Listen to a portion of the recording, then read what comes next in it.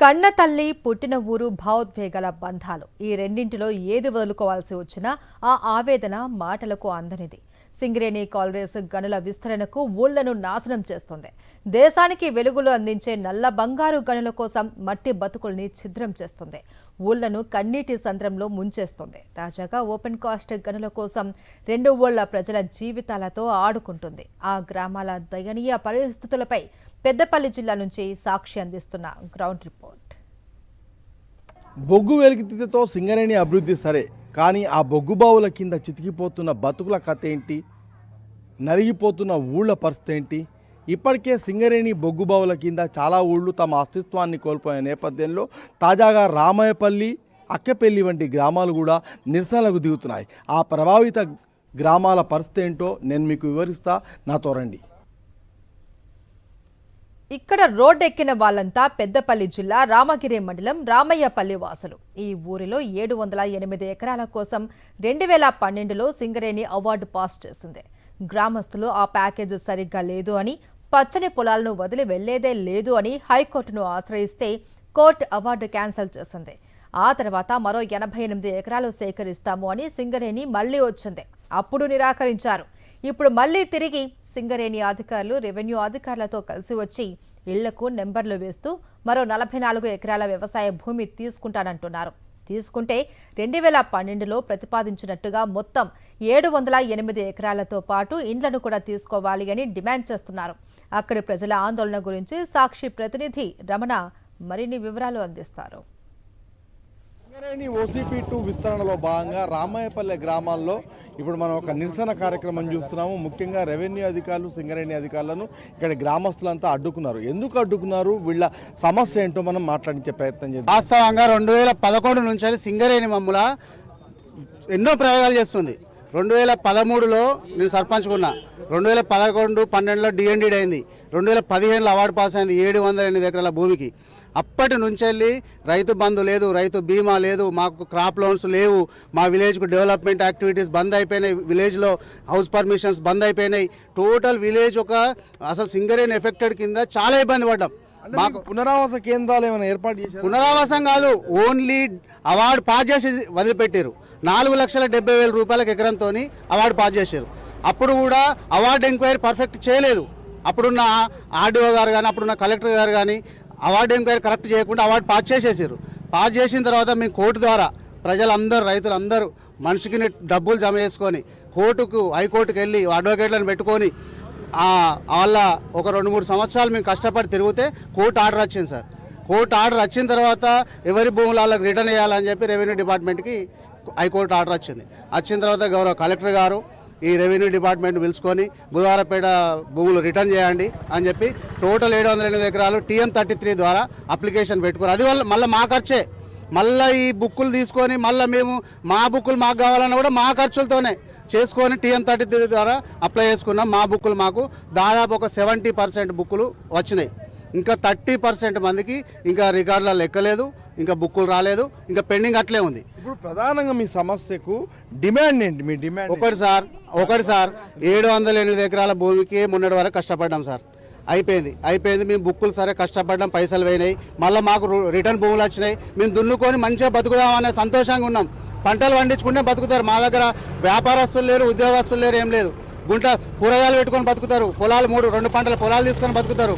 అటువంటి పంట పొలాలు తీసుకునే దాంట్లో రిటర్న్ వచ్చిన బాగుపడ్డాం. మొన్న మళ్ళీ 88 ఎకరాలు మళ్ళీ ల్యాండ్ అక్విజిషన్ చేసారు, తీసుకున్నాక మళ్ళీ ఇప్పుడు 444 ఎకరాలు మళ్ళీ తీసుకుంటాం అంటారు.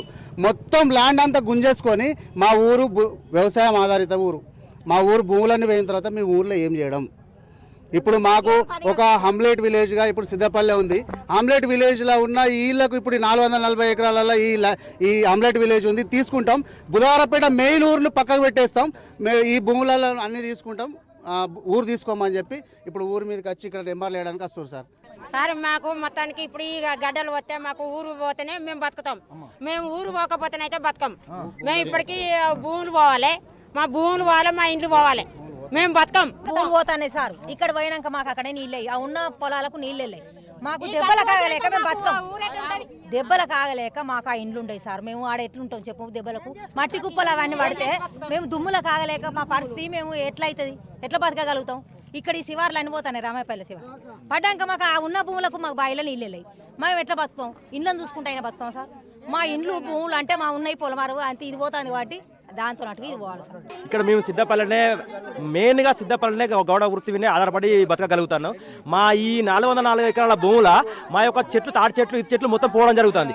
ఈ చెట్లు పోయిన తర్వాత మేము ఏం చేసుకొని ఏం తిని బతుకుతాం సార్? మా చిన్న చిన్న పిల్లలు సార్, మా పిల్లలకు ఏం చదువులు చెప్పిస్తాం, ఏం చేస్తాం సార్? మేము చెప్పండి, మీరే చెప్పండి సార్. ఈ 404 ఎకరాల భూములలో మీరు తాటి చెట్లు ఈత చెట్లు అవన్నీ తీసేసుకుంటే మేము ఏందో అడక తిని కూడా బతుకున్నాం సార్. మేము చెప్పండి సార్, అడక తిని కూడా బతుకుండా మా పరిస్థితి ఏంది? అందుకే ఈ రోజు మీరు రోడ్ ఎక్కాలి సార్. ఎందుకు ఎక్కాల్సి వచ్చింది? మీరు రోడ్డు ఏ రోజు మీరు రోడ్డుకి ఎక్కలేదు సార్. ఈ రోజు మా పిల్లలకు బతకడం కోసం నేను 24 గంటలు ఇక్కడ చెట్లు ఎక్కుతా సార్. నేను 24 hours ఇంటి రామేపల్లి ఊళ్ళు ఇంటికాడ ఉండు తక్కువ, నేను ఇక్కడ ఉండడం ఎక్కువ సార్. అడగండి, నేను ఇక్కడ ఎంతమంది అని అడగండి. నేను ఇక్కడ 24 గంటలు సింగరేణి కోట్ల వ్యవస్థ. మేము ఉన్నది ఏంటిది? మేము ఇక్కడ ఉన్నది మేము ఒక సాధారణమైన వ్యక్తులమే. మేము కూటికి చేసుకొని అంటే మేము బురద తిని బతికేటోళ్ళం. మేము మాకు ఎవరికి జాబులు లేవు. మాకు ఎవరు ఒక మినిమం చూడండి, 1 లక్ష రూపాయలు సంపాదించేంత మాకు యజమాని ఎవరు లేరు. మేము బురద తిని ఒక 2 పంటలు పండించుకుంటాం. ఇట్లా చెట్లు పెట్టుకుంటోళ్ళు చెట్లు, తాళ్ళు ఎక్కటోళ్ళు తాళ్ళు, కుమ్మరి పని చేసేవాళ్ళు కుమ్మరి పని, గౌడ్స్ పని చేసేవాళ్ళు గౌడ్స్ పని చేసుకుంటాం. మేము ఉంటున్నాం, మేము తిన్నాం కదా. మేము ఒక ఇప్పుడు చెప్తున్నా, మేము ఒక బంగారం కొనంటే మినిమం 1,50,000 రూపాయలకు తులం బంగారం వస్తుంది కదా. మేము ఉన్నది ఇప్పుడు ఒక బంగారు నిధి కింద ఉన్నాము. మేము ఒక బంగారు నిధి కింద ఉన్నాం, సాధారణ వ్యక్తులం ఉన్నాము. ఆ బంగారు నిధి నీకు కావాలని నువ్వు కొనుక్కునేంత నీకు కెపాసిటీ ఉంటే మేము అనుకున్న డిమాండ్లకు ఒప్పుకోవాలి. ఏం ఒప్పుకోవాలి? మాకు ఏ ప్రాజెక్ట్ కింద వచ్చినావు? ఫస్ట్ మెయిన్ నువ్వు ఏ ప్రాజెక్ట్ నెంబర్ వినొచ్చినావు, ఏ సర్వే నెంబర్ వినొచ్చినావు, ఏ గ్రామ పంచాయతీలో నువ్వు అక్కడ తీర్మానం బుక్ చేసినావు. ఆ తీర్మానం బుక్ మాకు చూపించాలి. ఎవరు ఒప్పుకున్నారు? మనకు 100కు 70% మంది మేము సంతకాలు పెట్టాలి. ఎవరో ఒక్కరో ఇద్దరు సంతకం పెడితే కాదు. మేము ఊరందరూ కలిసి మేము ఒప్పుకొని మేము అన్న డిమాండ్లకు ఇదొక్కటి. మేము ఏంటంటే ఇప్పటికీ అక్కెపల్లి, రాజాపూర్, లద్రాపూర్, అడ్డాల ఇవన్నీ సర్వనాశనం అయిపోయింది. ఇంటికి ఒక పిల్లలు ఆగమైపోయారు. ఏమిచ్చిండు? ఒక గుంటకి ఇప్పుడు ఇలా మినిమం ఒక గుంట ఇల్లాడు గుంట కొనాలంటే 2 లక్షల రూపాయలు అవుతుంది. 2 లక్షల రూపాయలు అవుతుంది కదా. మినిమం 60,000 రూపాయలు కట్టించిండు. 60,000 రూపాయలు కట్టించిండు. మాకు ఏమి ఇయ్యలే. అది కాదు, మాకు కావాల్సిందంటే ఎకరానికి ఇప్పుడు ఒక 30 లక్షలు అవుతుంది ఎకరం కొనాలంటే. మాకు పునరావాసం కింద మాకు ల్యాండ్ చూపాలి. మా భూమికి ఎంత ఉన్నదో మాకు అన్ని ఎకరానికి ఇంత భూమి అని మాకు చెప్పాలి. ఇన్ని పైసలు డిమాండ్ పెట్టాలి. మాకు ఇంటికి ఒక పిల్లగాని జాబ్ ఇవ్వాలి. రామాయపల్లి గ్రామాన్ని సింగరేణి అధికారులు మరోసారి బొందలగడ్డగా మార్చడానికి ప్రయత్నాలు చేస్తున్నారు. ఆల్రెడీ గ్రామాన్ని సగం చంపేశారు. 700 ఎకరాలు సింగరేణి తీసుకొని 15 సంవత్సరాలుగా కాలయాపన చేసి ఎలాంటి నష్టపరిహారం ఇవ్వకుండా, రైతు బంధు ఇవ్వకుండా, రైతు బీమా ఇవ్వకుండా ఈరోజు రామపల్లి గ్రామస్తులకు తీవ్ర నష్టం చేసిన సింగరేణి అధికారులు. కాబట్టి ఈరోజు వాళ్ళు చేస్తున్న నిరసన కార్యక్రమానికి సిపిఎం పార్టీ సంపూర్ణ మద్దతు తెలియజేస్తుంది. వీళ్ళ ఖచ్చితంగా సింగరేణి అధికారులకు ఇట్లా రామాయపల్లి గ్రామం తీసుకుంటే పూర్తి స్థాయిలో గ్రామాన్ని స్వాధీనం చేసుకోవాలి. ప్రతి భూమి తీసుకోవాలి. ఎకరానికి 50,000 నష్టపరిహారం కట్టియాలి. అదే ఇండ్లను కూడా తీసుకొని ప్రతి కుటుంబానికి ఉద్యోగం ఇవ్వాలని చెప్పి సిపిఎం పార్టీ డిమాండ్ చేస్తున్నాం. లేని పక్షంలో రామాయపల్లి గ్రామస్తులకు, రైతాంగానికి, కూలీలకు, కలుగిత కార్మికులకు, అన్ని వృత్తుల వారికి, టోల్ గ్రామస్తులకు సంపూర్ణ అలా పోరాటం విజయవంతం సిపిఎం పార్టీ సంపూర్ణ మద్దతు తెలియజేస్తుందని ఈ సందర్భంగా తెలియజేస్తున్నాం. ముఖ్యంగా ఇక్కడ మనం చూడవచ్చు. అయితే నిరసనకు పెద్ద ఎత్తున దిగారు. ముఖ్యంగా వాళ్ళ ఉనికి కోల్పోతున్నాం, అస్తిత్వాన్ని కోల్పోతున్నాం. ఈ క్రమంలో తమ ఒక పునరావాస కేంద్రంతో పాటుగా ముఖ్యంగా వాళ్ళ డిమాండ్స్కు తలొగ్గిన తర్వాతే తాము ఒప్పుకుంటామని చెప్పేసి రామాయపల్లి గ్రామస్తులు ఇప్పుడు ఈ రోడ్డుపైకి రావడం మనం చూస్తున్నాం. అక్కపల్లి గ్రామంలో వ్యవసాయ భూములు, ఇళ్లు సేకరించిన సింగరేణి అంతా అయ్యాక వారిని మోసం చేసిందని ఊరివారు కన్నీరు మున్నీరవుతున్నారు. సర్పంచ్గా అధికార పార్టీ మద్దతుతో గెలిచిన సంధ్యారాణిపై ఇప్పుడు తన గ్రామ రక్షణ బాధ్యత పడింది. 6 నెలలలోపు ఊరు ఖాళీ చేయాలి అని అధికారులు ఆదేశించిపోయారు. పిల్లల చదువులు కూడా తామెక్కడికి వెళ్లేది లేదు అని ఊరి ప్రజలు అంటున్నారు. అక్కపల్లి గ్రామ ప్రజలకు పునరావాస కేంద్రం ఏర్పాటు చేసినా అక్కడ వసతులు ఏమీ లేవు. అక్కడికి వెళ్లి ఎలా బ్రతకాలి అని ప్రజలు నిలదీస్తున్నారు. ప్రస్తుతం మనం పెద్దపల్లి జిల్లా మంతెని మండలం అక్కపల్లి గ్రామంలో ఉన్నాం. ఈ కొత్త సర్పంచులు ఈరోజే ప్రమాణ స్వీకారం చేశారు. అయితే ఇదే సందర్భంలో మనకు రోడ్డు మీద చూస్తే రామాయపల్లికి సంబంధించిన వాళ్ళంతా కూడా నిరసనకు దిగారు. ఎందుకంటే OCP 2లో భాగంగా తమ భూములను లాక్కునే విషయంలో పూర్తిగా న్యాయం చేయడం లేదనేది, ఆ న్యాయం చేయాలని ఒక డిమాండ్తో వాళ్ళంతా రోడ్డు ఎక్కారు. ఈ క్రమంలో మనం అక్కపల్లి గ్రామంలో చూసాం. ఇప్పుడు అక్కపల్లి గ్రామంలో ఇప్పటికే దాదాపు చాలా ఇళ్ళన్నీ కూడా నేలమట్టం అయిపోయాయి. ఇక్కడి నుంచి వీళ్ళకు పునరావాస కేంద్రం కూడా రూపాయి ఇచ్చారంటారు. మరొక వైపు ఈరోజే ప్రమాణ స్వీకారం చేసిన ఈ గ్రామంలో సర్పంచ్ దంపతులు ఉన్నారు. వారితో మాట్లాడదాం. అసలు ఏంటి ఈ ఊరు పరిస్థితి కనుక్కునే ప్రయత్నం చేద్దాం. అమ్మ చెప్పండి, మేము ఊరు వెళ్ళిపోతుంది సింగరేణిలో అంటున్నారు ఓసీపీలో. నెక్స్ట్ మీ కార్యాచరణ ఏంటి? మీకు పునరావాసం ఎక్కడ చూపించారు? మా ఊరు సింగరేణి కింద పోవడం వలన మా ప్రజలు చాలా ఇబ్బంది పడుతున్నారు. వారికి సింగరేణి వారు ఏదో విధంగా సహాయం చేయాలని కోరుకుంటున్నాను. అన్న చెప్పండి, ఇప్పుడు వాస్తవంగా ప్రతి ఊరితోని ఒక్కొక్క ఇంటికి కానీ ఒక వ్యక్తికి కానీ చాలా కనెక్టివిటీ ఉంటుంది, ఒక ఎమోషనల్ బాండ్ ఉంటుంది. ఈ సందర్భంలో మీరు మీ ఊరిని వదిలి వెళ్ళిపోవడాన్ని మీరు ఎట్లా చూస్తారు, ఏం చెప్తారు? మేము అక్కిపల్లి గ్రామస్తుని, నా పేరు సురేష్. మేము ఇక్కడ చిన్ననాటి నుంచి ఎంతో బ్రహ్మాండంగా ఇదంతా ఆహ్లాదప్రదంగా ఎటు చూసినా పచ్చని పైరుతో ఉన్న మా గ్రామాన్ని ఇలా సింగరేణి అనే ఒక మహమ్మారి మా మీద పడి మమ్మల్ని ఎక్కడ కాకుండా చేసి మా యువతులందరికీ ఉద్యోగాలు అవకాశాలు లేకుండా ఈరోజు మేము ఎక్కడ అంటే మా కుటుంబాలు ఎక్కడున్నాయంటే అక్కడ ఇంకో ఊర్లో ఉండే పరిస్థితి, ఎవరి దగ్గర ఎక్కడెక్కడ ఉన్నారా అని ఎత్తుక్కునే పరిస్థితికి వచ్చింది. ఇప్పుడు మమ్మల్ని ఇక్కడి తరలించి అక్కడ బిట్టు వెళ్ళి R&R కాలనీకి పంపిస్తున్నారు. అక్కడ కూడా పూర్తి స్థాయి ఆ డెవలప్మెంట్ ఏం కాలేదు. కనీసం కొత్త గ్రామ పంచాయతీకి రోడ్డు కూడా లేని పరిస్థితి అక్కడ ఉంది. అంతేకాకుండా మా ప్రజలు 2013లో గెజిట్ అయింది మా ఊరు. అప్పటి నుంచి ఆ యువత ఏ ఉపాధి లేకుండా వాళ్ళకి చాలా మందికి R&R ఇష్యూ, R&R 18 సంవత్సరాలు నిండిన వారికి R&R చాలా మందికి రాలేదు, అందరికి కట్ ఆఫ్ అయిపోయింది. ఇది ఒక పెద్ద సమస్య ఉన్నది ఇక్కడికి. మళ్ళొకటి, మా యువత ఈ సింగరేణి రావడం ద్వారా ఇక్కడ మేము సింగరేణికి భూములు ఇచ్చి కూడా నిరుద్యోగంగా రోడ్డు మీద తిరిగే పరిస్థితి ఉన్నది మా యువత.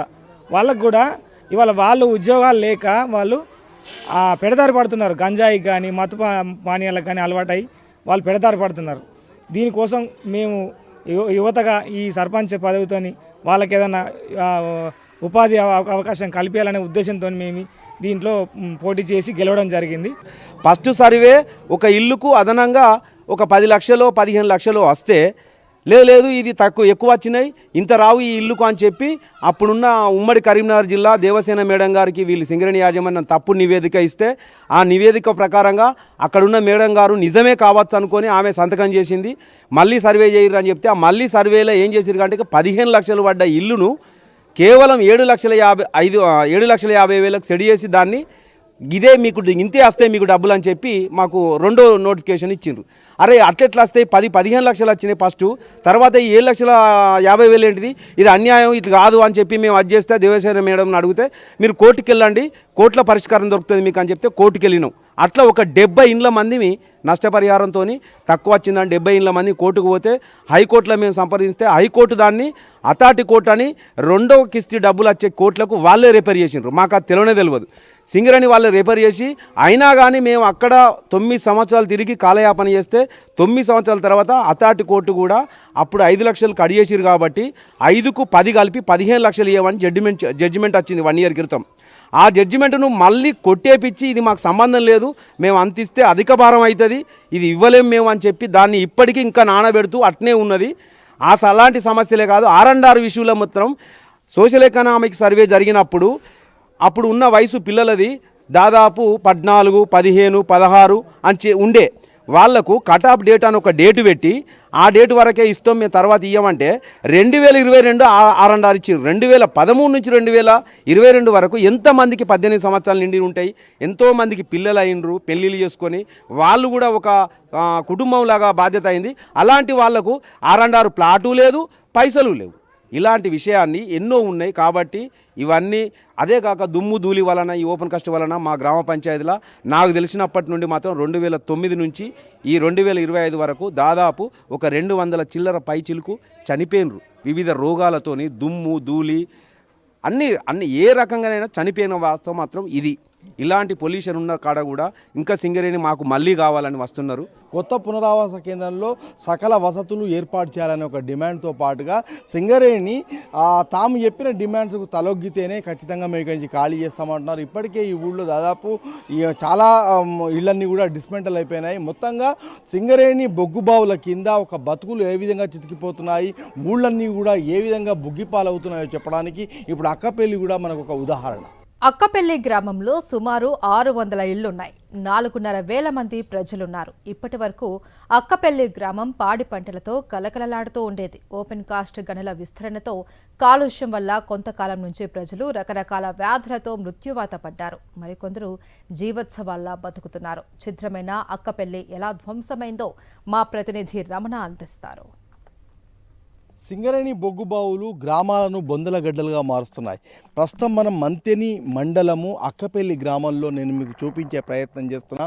నిన్నటి వరకు కూడా ఈ గ్రామం అంతా కూడా పచ్చగా కళకళలాడుతూ ప్రకృతి సిద్ధంగా పాడి పంటలతో తులతూగిన గ్రామం ఇప్పుడు శిథిలాల కుప్పగా మారింది. ఇవన్నీ నేను మీకు చూపిస్తున్నాయన్నీ కూడా ఇళ్ళు, ఒక్కొక్క ఇల్లు కూడా వాళ్ళన్నీ కూడా డెమాలిష్ చేశారు. మొత్తంగా ఒక విధ్వంసం ఏ విధంగా కొనసాగుతుందో నేను చూపిస్తున్నాను. అయితే అభివృద్ధి సరే, దేశానికి సింగరేణి వెలుగులు బొగ్గుబావితోని మొత్తంగా వెలుగులు నింపడం సరే, అదేవిధంగా నల్ల బంగారం వల్ల వస్తున్న లాభాలు సరే, కానీ ఈ ఊర్లు ఇస్తున్న మా బతుకుల ఏంటి, మా పరిస్థితి ఏంటి అని చెప్పేసి ఈ ఊళ్ళల్లో మనుషులు ప్రశ్నిస్తున్నారు. ముఖ్యంగా సింగరేణి లాభాల్లో ప్రభుత్వానికి కార్మికులకు మాత్రమే వాటాలు ఇస్తున్నప్పుడు ఇంతమంది మేము ఊళ్ళల్లో ఇవన్నీ ఇళ్లను అదేవిధంగా పొలాలను కోల్పోయిన రైతులకు మాకు ఇంత వాటా ఇవ్వచ్చు కదా అని చెప్పేసి ప్రశ్నిస్తున్నారు. మరొకవైపు సింగరేణి ఉద్యోగులకు కార్మికులకు మాత్రమే మెడికల్ స్కీమ్స్ అప్లై చేస్తున్న క్రమంలో అసలు సింగరేణి డెవలప్మెంట్కు కారణమైన ఈ గ్రామాల్లో ఉన్న వాళ్ళందరికీ కూడా ఆ స్కీమ్స్ అప్లై చేస్తే ఏమవుతుందని చెప్పేసి ప్రశ్నిస్తున్నారు. మొత్తంగా చూస్తే మనకు అక్కపెల్లి గ్రామం ఇప్పుడు పూర్తిగా సింగరేణి ప్రభావిత గ్రామంగా మొత్తంగా కోల్పోయిన పరిస్థితి మనం చూస్తున్నాము. మరికొన్ని ఇళ్ళు మాత్రమే మిగిలి ఉన్నాయి. వాటిని కూడా పూర్తిగా డెమాలిష్ చేసి ఇక్కడికి OCP2 మొత్తంగా అంటే ఓపెన్ కాస్ట్ బావి అనేది ఇక్కడికి విస్తరించబోతుంది. ఈ నేపథ్యంలో ఊళ్ళతోని తమకున్న ఒక భావోద్వేగ బంధాలన్నీ కూడా కోల్పోతున్నాము. ముఖ్యంగా సామాజికంగా ఐకమత్యంగా ఉండే వాళ్ళంతా కూడా చెట్టుకొకళ్ళు, పుట్టకొకళ్ళు, గుట్టకొకళ్ళు అన్నట్టుగా వెళ్ళిపోయి వివిధ ప్రాంతాలకు వలస వెళ్లాల్సిన పరిస్థితి ఏర్పడింది. మరొకవైపు ఈ గ్రామాలకు సంబంధించి ఒక పునరావాస కేంద్రాలు ఏర్పాటు చేసినా అక్కడ కూడా సరైన వసతులు లేవు. ముఖ్యంగా నష్టపరిహారం విషయంలో కూడా పూర్తి అంటే కోలుకోలేని దెబ్బతీస్తున్నారు. ముఖ్యంగా అధికారం ఉంది కదా అని చెప్పేసి సింగరేణి అంత లాభాల్లో ఉందని చెప్తున్నప్పుడు మాకు సరైన పరిహారం అందిస్తే ఏంటి, సరైన పునరావాసం కల్పిస్తే ఏంటి అని చెప్పేసి ఈ గ్రామాలన్నీ కూడా ప్రశ్నిస్తున్న వేదన మనము ఈ ప్రతి గ్రామంలో కూడా చూడవచ్చు. అక్కపెల్లి ఊరును సింగరేణి అధికారులు ధ్వంసం చేయడంతో అక్కడి ప్రజలు దిక్కుతోచని స్థితిలో కూరుకుపోయారు. ఇళ్లు కట్టుకోవడానికి ఇచ్చిన స్థలాలు ఎక్కడో ఉండటం, అక్కడ ఎలాంటి వసతులు లేకపోవడంతో ప్రజలు బావురమంటున్నారు. పోచమ్మ వంటి ఎందరో వృద్ధులు పట్టించుకునేవారు లేక, తినడానికి తిండి లేక చావు బతుకుల మధ్య కొట్టుమిట్టాడుతున్నారు. ఊరి ప్రజలకు సింగరేణి కట్టిన ధర మరీ తక్కువగా ఉందని ఊరి ప్రజలు వాపోతున్నారు.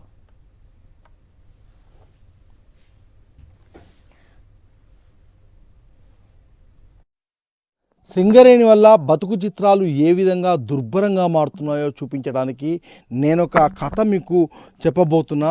ఆ ఇంటికి తీసుకెళ్తున్నా నేను. ఇక్కడ ప్రస్తుతం మనం చూడవచ్చు పోచవ్వ. ఆమె పూర్తిగా 2 కాళ్ళు పడిపోయి పూర్తిగా మంచానికే పరిమితమైంది. 3 పిల్లలు ఆడపిల్లలు ఉంటే వాళ్ళకు పెళ్ళిళ్ళు చేశారు. ఈమె భర్త రాజేశంకు పక్షవాతం వచ్చింది. ఇప్పుడు పునరావాస కేంద్రంలో ఇక్కడ ఇల్లు కూల్చేస్తామంటే అక్కడ ఇల్లు నిర్మించుకోవడానికి భర్త వెళ్ళిపోయాడు.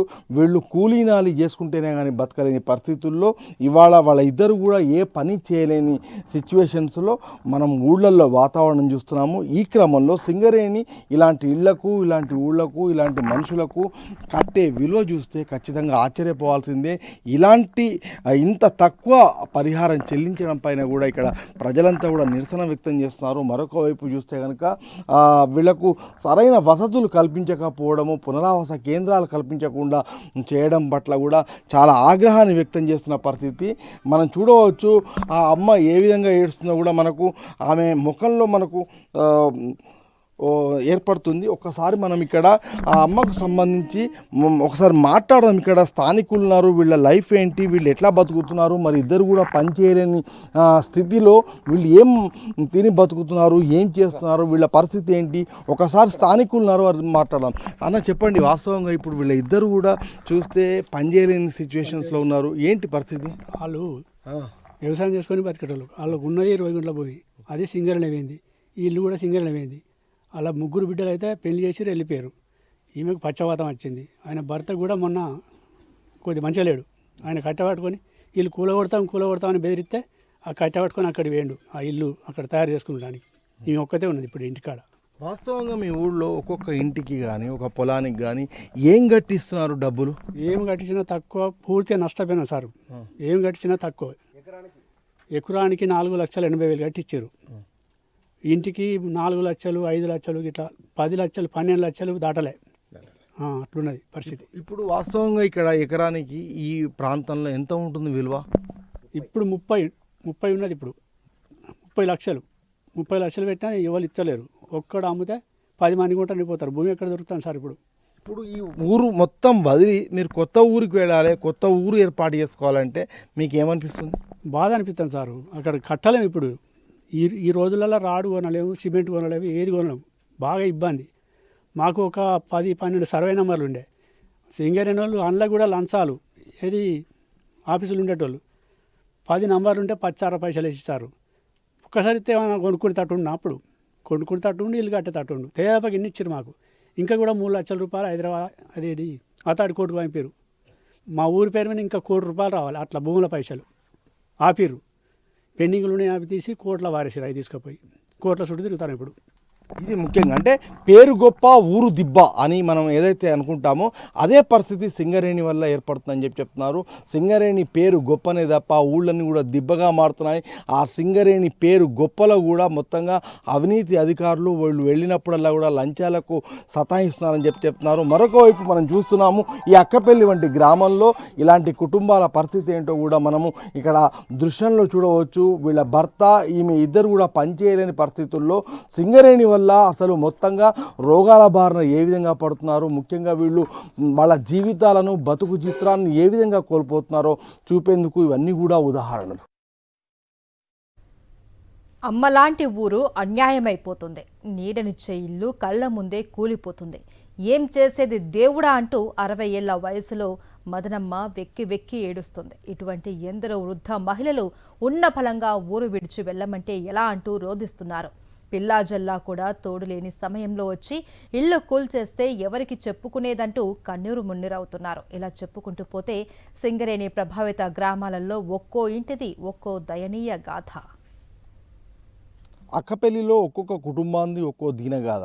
ప్రస్తుతం మనం మదనమ్మ దగ్గర ఉన్నాం. మదనమ్మకు సంబంధించి ఆయన భర్త లేరు, అదేవిధంగా ఒక కొడుకును కోల్పోయింది.